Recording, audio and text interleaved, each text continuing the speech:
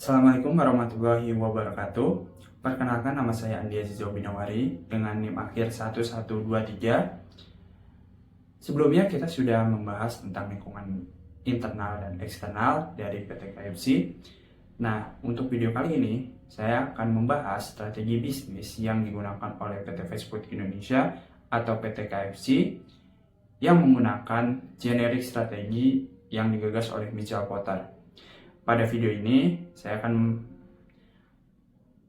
melihatkan analisis saya, kemudian apa saja yang diidentifikasikan, kemudian menilai apakah strategi tersebut masih relevan atau masih efektif digunakan saat ini,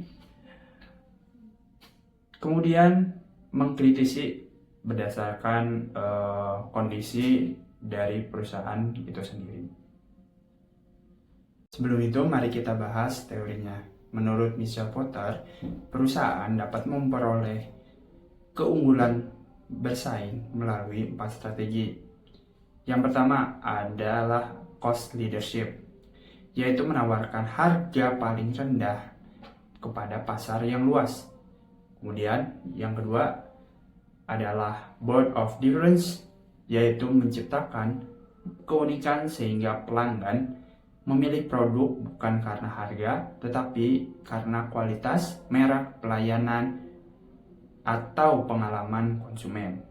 Yang ketiga adalah cost focus, yaitu menawarkan harga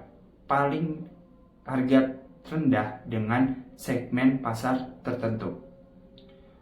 Dan yang terakhir adalah difference focus, yang menawarkan produk yang unik tetapi hanya kepada segmen pasar tertentu.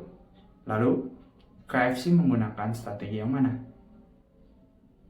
Setelah saya analisis, KFC ini menggunakan strategi board of difference. Ada beberapa alasan yang mendukung hasil analisis tersebut. Pertama, KFC bukan menjual harga yang paling rendah. Yang mana kita tahu banyak penjual atau merek lainnya yang menjual, contohnya seperti ayam goreng, itu banyak harganya yang di bawah KFC. Kedua, target pasar KFC itu luas, ya, bisa menyasar anak-anak, remaja, pekerja, mahasiswa, jadi bukan menggunakan fokus strategi.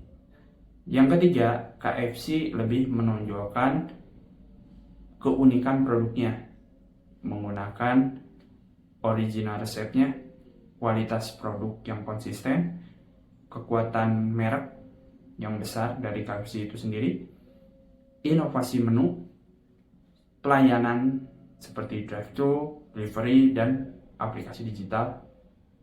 Jadi berdasarkan karakteristik tersebut, saya menyimpulkan bahwa strategi yang digunakan KFC ini adalah board of difference. Jadi pertanyaannya, apakah strategi ini masih efektif dan relevan bagi KFC? Mari kita lihat kondisinya sekarang.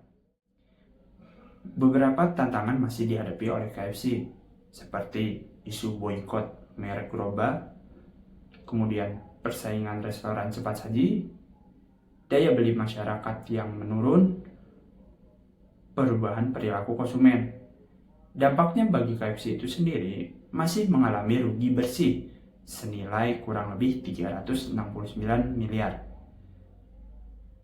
Dan hanya pendapatannya stagnan sekitar 4,88 triliun. Kemudian masih banyak menutup gerai, efisiensi karyawan, dan yang tersisa hanya sekitar 690 gerai.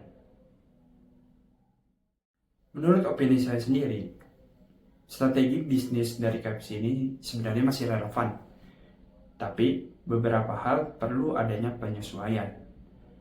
Yang mana kita tahu KFC ini masih punya nama besar di Indonesia dan di global juga.